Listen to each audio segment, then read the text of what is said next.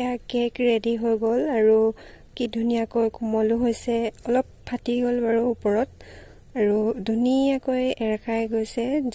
আৰু এইফালে মই কেক বনোৱা বস্তুবিলাক ৰেডি কৰি লৈছোঁ। এইফালে লৈছোঁ ৰিফাইন, ময়দা, কণী, বেকিং পাউডাৰ এইফালে লৈছোঁ। তাৰপিছতে এইফালে বাউন্স বিস্কুটৰ পেকেট এটা, গাখীৰ, চেনি, আৰু এইফালে কাপটোত চেনি 1 কাপ লৈছোঁ।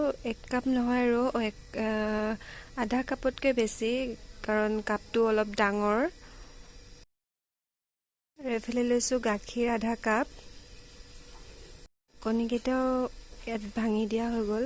কণী 3টাই দিছোঁ, বেছি দিলে গোন্ধটো থাকি যাব। ৰিফাইন, কণী, চেনিখিনি ভালকৈ গুলি লোৱাৰ পিছত এইফালে 1 চামুচ বেকিং পাউডাৰ দি দিছোঁ আৰু 1 কাপ ময়দা দিছোঁ। আৰু বিস্কুটৰ পেকেটটো লৈছিলোঁ যে, বিস্কুটৰ মাজৰ ক্ৰীমখিনি উলিয়াই ইয়াত এতিয়া গুলি ল'ম। এইখিনি গুলি হৈ গ'ল আৰু এতিয়া 5 মিনিটমানৰ কাৰণে ফ্ৰিজত ৰাখি দিম এইখিনি। আৰু এতিয়া এফালে লৈছোঁ টিফিন বাতি এটা। টিফিন বাতিটোৰ জোখাৰে কাগজ 2খনমান কাটি ল'ম। বাতৰি কাগজ হ'লে মানে ভাল, আৰু এতিয়া বাতৰি কাগজ নাই কাৰণে মই এনেকুৱা বগা কাগজে দি দিছোঁ। ধুনীয়াকৈ বাতিটোৰ জোখত কাটি লৈ ইয়াত এতিয়া তেল সানি ল'ম মই। বাতিটোত কাগজখিনি পৰাৰ আগতে তেল অলপ দি গোটেই বাতিটোতে ভালদৰে সানি ল'ম, যাতে কেকটো হৈ যোৱাৰ পিছত কেকটো উলিয়াবলৈ সহজ হয়। নহ'লে বাতিটো যদি শুকান হৈ থাকে বা পানী লাগি থাকে তেতিয়া মানে অকণমান লাগি ধৰাৰ চান্স থাকে। আৰু এইফালে কাগজ কেইখনো মই ধুনীয়াকৈ পাৰি লৈছোঁ। কাগজ 1খন নহয় 2খনকৈ পাৰিম।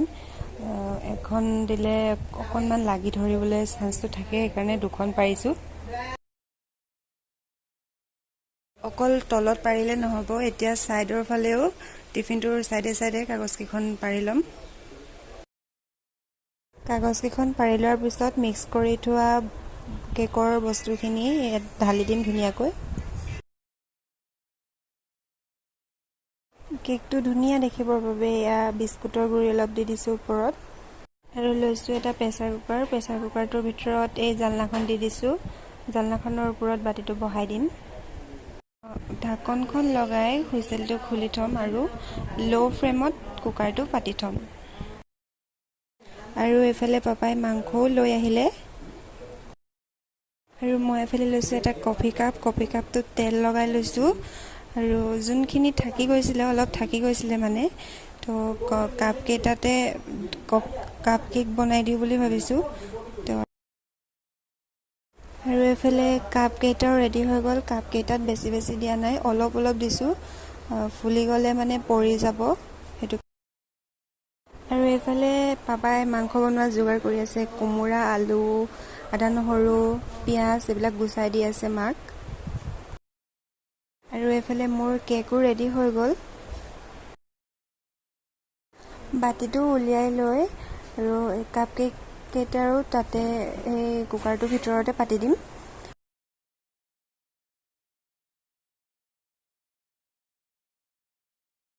ক্ৰীম চ্ৰীম নাছিলে কাৰণে এনেকৈয়ে বনালোঁ আৰু চিম্পুলকৈ।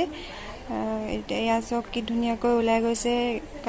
আৰু এইফালে বাৰ্থডে বয় কেকো কাটিবলৈ ল'লে। আৰু এইফালে আলহী বা, ভিনদেউ, বৌ, এইফালে ডাঙৰ বা আহিছে।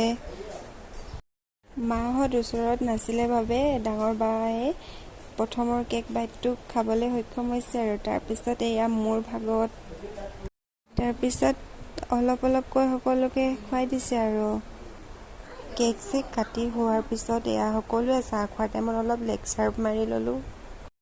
আৰু এয়া হৈছে খানা খোৱাৰ পৰ্ব। খানা খাওঁতে কিন্তু ভিডিঅ' কৰা নহ'ল, চবেই অকল খাবলৈহে ল'লোঁ। আৰু আজিলৈ বাই বাই।